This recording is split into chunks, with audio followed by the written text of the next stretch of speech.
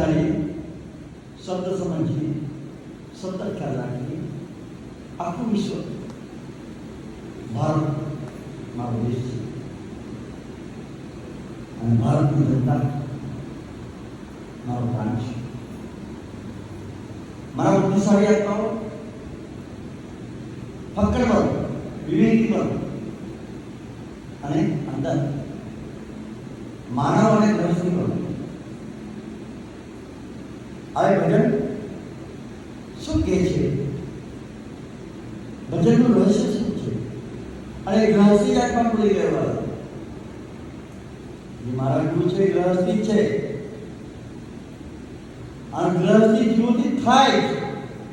જો ભડકતા નહીં, જો ડરતા નહીં, બધા ધર્મ